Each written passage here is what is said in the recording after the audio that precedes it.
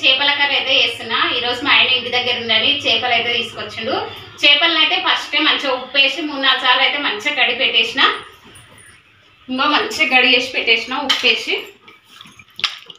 మధ్యలో మధ్యలో ఇట్లా పొట్టు ఉడకంగా వస్తుంది, ఆ పొట్టు ఉడకంగా తీసేసి మంచిగా కడిగేసి నీట్గా అయితే పెట్టేసిన.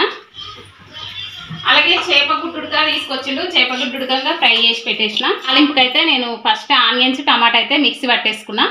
పెట్టుకొని అలాగే గిన్నె వేడెక్కిన తర్వాత కొంచెం అయితే నూనె అయితే వేసుకుంటున్నా. తాలింపుకు కొంచెం నూనె ఎక్కువనే పడుతుంది. చేపల కర్రీకి నూనె ఎక్కువ ఉంటేనే కొంచెం మంచిగా అనిపిస్తుంది టేస్ట్.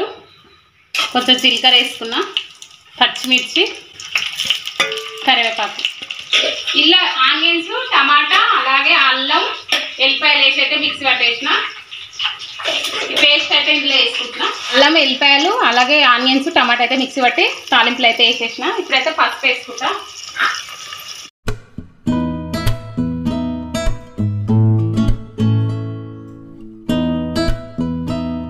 పేస్ట్ అయితే మంచిగా మీడియం ఫ్లేమ్లో పెట్టి మంట కొంచెం మగ్గనియాలి.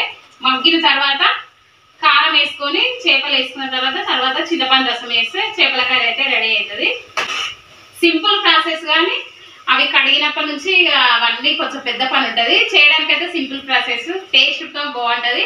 చేసినాక కొంచెం చల్లారినాక తింటే బాగుంటుంది చేపల కర్రీ. ఇంకా నైట్ చేసి పొద్దుగాల తింటే ఇంకా చాలా టేస్ట్ ఉంటుంది. మా ఆయన ఇంటి దగ్గర ఉంటే ఏదో ఒకటి వేస్తాడు. నాన్ వెజ్ అయితే అంటే ఎప్పుడు ఉండడు, ఎప్పుడో ఒకసారి ఉంటాడు. ఉన్నప్పుడు అయితే తీసుకొని వస్తాడు. కానీ ఎప్పుడో ఒకసారి ఉంటాడు కాబట్టి తీసుకొని వస్తాడు నాన్ వెజ్. ఈరోజు చేపలు తేవాలనిపించిందంటే చేపలు తీసుకొని వచ్చిండు. ఉప్పు కారం అయితే వేస్తున్నా.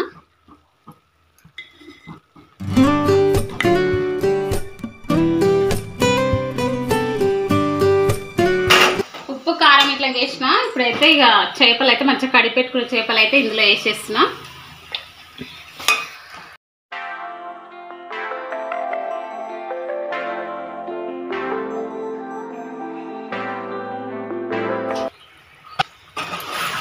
మసాలా అంతా దీనికి పట్టేలాగా కలుపుకోవాలి. ఇంకా జర అయితే మళ్ళీ కలపనికి రాదు కదా, కొంచెం ఉడికితే ఫస్ట్ టైం ఇప్పుడే మంచిగా కలుపుకోవాలి.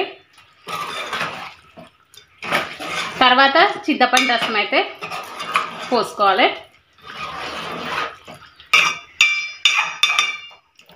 అయితే చేపలకు పట్టేలాగా మంచిగా కలిపేసిన. ఇంకా మంచిగా కొంచెం ఉడికింది అనుకో, కలిపితే చేప అంతా మొత్తం చితుకు అవుతుంది కాబట్టి ఇప్పుడైతే మంచిగా కలిపేసి కొద్దిసేపు ఉమ్మగిలిన తర్వాత చింతపండు రసం అయితే వేస్తా.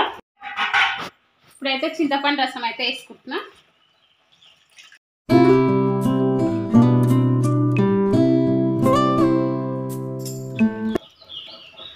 చింతపండు రసం వేసినాక కొంచెం అయితే ఇట్లా స్పూన్ పెడితే చేపలను తిరిగిపోతాయి కాబట్టి కొంచెం ఇట్లా కలుపుతున్నా.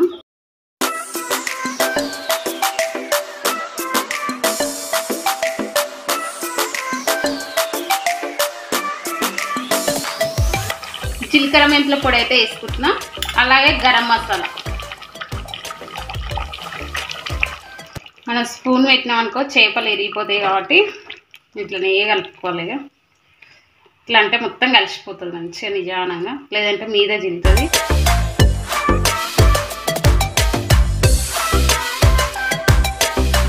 ఒక 5 నిమిషాల నుంచి కొంచెం పుదీనా పైన వేసి దించేస్తా. ఒక 5 నిమిషాలు అయితే ఉమ్మగిల్లనిస్తా మంచిగా పొయ్యి మీద చిన్న మీడియం ఫ్లేమ్లో పెట్టి. అయిన తర్వాత చూపిస్తా. అయితే మంచిగా ఉడుకుతుంది. ఇప్పుడైతే కొంచెం పుదీనా అయితే వేస్తున్నా.